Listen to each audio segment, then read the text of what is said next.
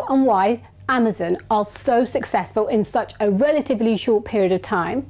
Stefano Perego, who's head of UK customer fulfillment at Amazon, who manages 15 fulfillment centres and 20,000 permanent employees report to him, says it's down to three main reasons: their systems, their desire to constantly innovate, and their ability to tackle complex operational issues. Throughout the talk, Stefano did mention Jeff, their founder, and mentioned the napkin where he wrote the diagram of the flywheel, and it's completely customer centric. In actual fact, Amazon, their principles, their website, the way they operate is entirely customer driven. So I hope you enjoy this video, and thank you for watching. The network is 15 customer fulfillment centers, 20,000 permanent employees, doubling in peak. That's more or less the size of the operations I'm currently running. What I want to talk about today is our critical success factors, why we are so successful in implementing operations. And those three success factors are essentially our systems, is the ability to constantly innovate in the operation domain and logistic domain. And third, our ability to link and manage difficult logistics pieces. A lot of people shies away from complexity. We like it, and we like to challenge ourselves with that. The last thing I want to tell you is a little bit what is the vision we have for the future of customer fulfillment. So our strategy, as people knows, we have this idea of taking the customer needs and working backwards. This is clearly every day in Amazon. We actually, the first thing we do when we want to do a new product or service, we write what we call a press release. So we imagine an article in the press and how the customers will react to that service, to that product, to that feature. And our culture is made of 14 leadership principles that you can find online if you're curious, but essentially we use those leadership principles throughout the organization. Starting from the customer and working backwards, Jeff explained our strategy in a napkin a few years ago, and this is called Flywheel. Essentially what the Flywheel says is, if you take a customer and what he wants, essentially he wants low prices, of course, every retailer in the world does that. The big idea was to boost selection. So how could we bring the maximum selection to the customers? So if we forget for a second this one, because it's very self-intuitive, let's spend some time on the internal flywheel. A customer that finds selection generates traffic. Traffic attracts other sellers and vendors wanting to be on the Amazon website, and that generates selection. In turn, it makes the customer happier. And that is the flywheel. This is how our strategy and the way we grow over time, and we got big fast. We have sellers and vendors on the same page. So people were telling Jeff, are you crazy? You're buying those books, and then you put someone that can sell those books, maybe at a cheaper price. But that was the big idea that generated the flywheel and the growth, because selection and freedom of choosing the right price gave the customer the best experience. Those three are very self-explanatory, but these three are very important. We like to think about Europe as a European network. So if I'm an Italian customer and I'm sitting in Milan and I want to buy something, I'm likely going to see products that are not sitting in Italy. They are sitting elsewhere in our fulfillment center network. What we need to do and be capable of doing is grant glance view next days to those customers, even from a remote location. We like, I know this time around is not very popular, but we like frictionless Europe. And we honestly are obsessed by it. Up to, say, 2-3 years ago, we didn't really enter the transportation dimension very deeply. We were leveraging carriers, But we soon discovered we couldn't deal with it. They couldn't deal with the capacity constraints, and they couldn't deal with the level of service. So we entered in the transportation arena, and we started our own transportation activities. It doesn't mean that we cannot rely on valuable partners, but it does mean that we need to have the know-how, because that is a clear interface with the customer, and we need to know exactly how to do it. So this is a simplified version of our chain. So we deal with seller and vendor. Our customer fulfillment is more and more split into receive center and fulfillment. So you get stuff into the door and then you ship it.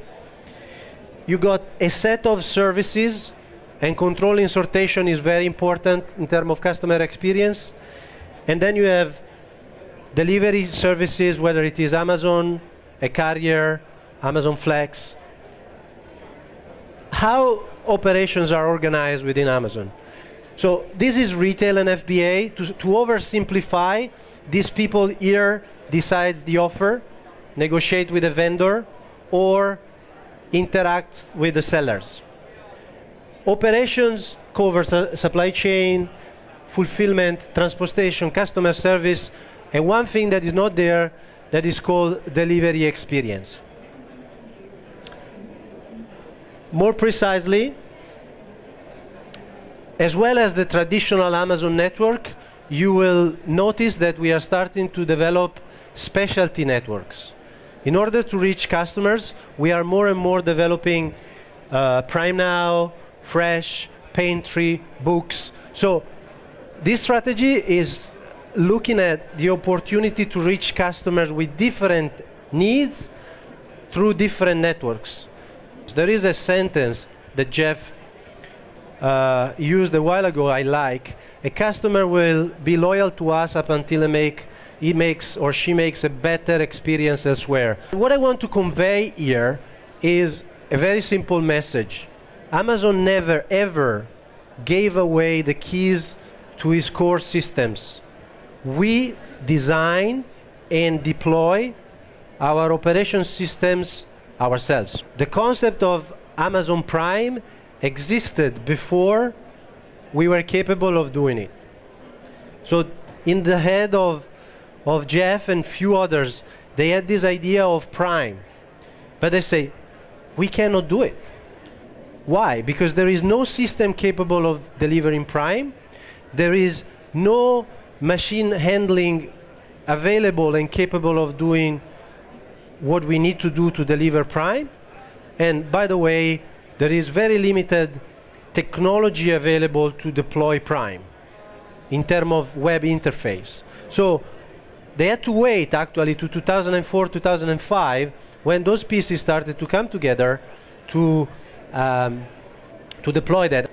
The second thing is, we like to deal with very complex problems. We like the difficulty of solving things that others shy away from. And it's difficult because the network is getting well beyond what we started with. So we start adding pieces, some external, mostly internal.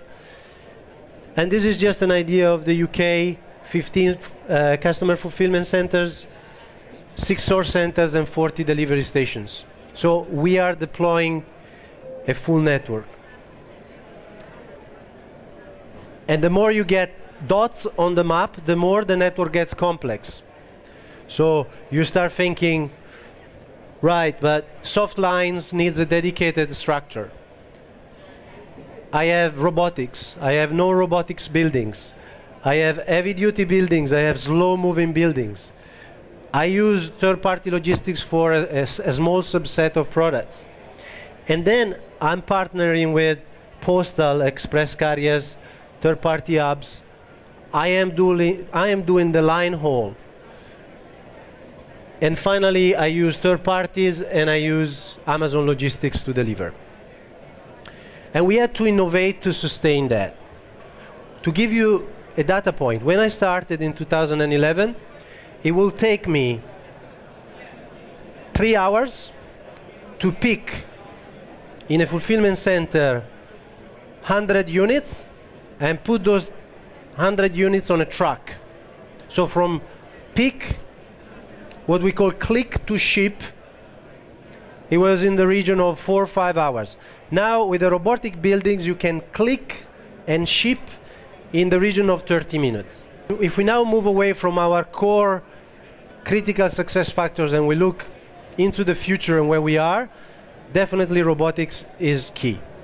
Amazon Robotics is central to our evolution. In certain marketplaces is actually where you are really resource constrained in terms of labor, is actually potentially the only vehicle to future expansion, because if you don't have labor and you don't solve this problem, you're really struggling to keep expanding.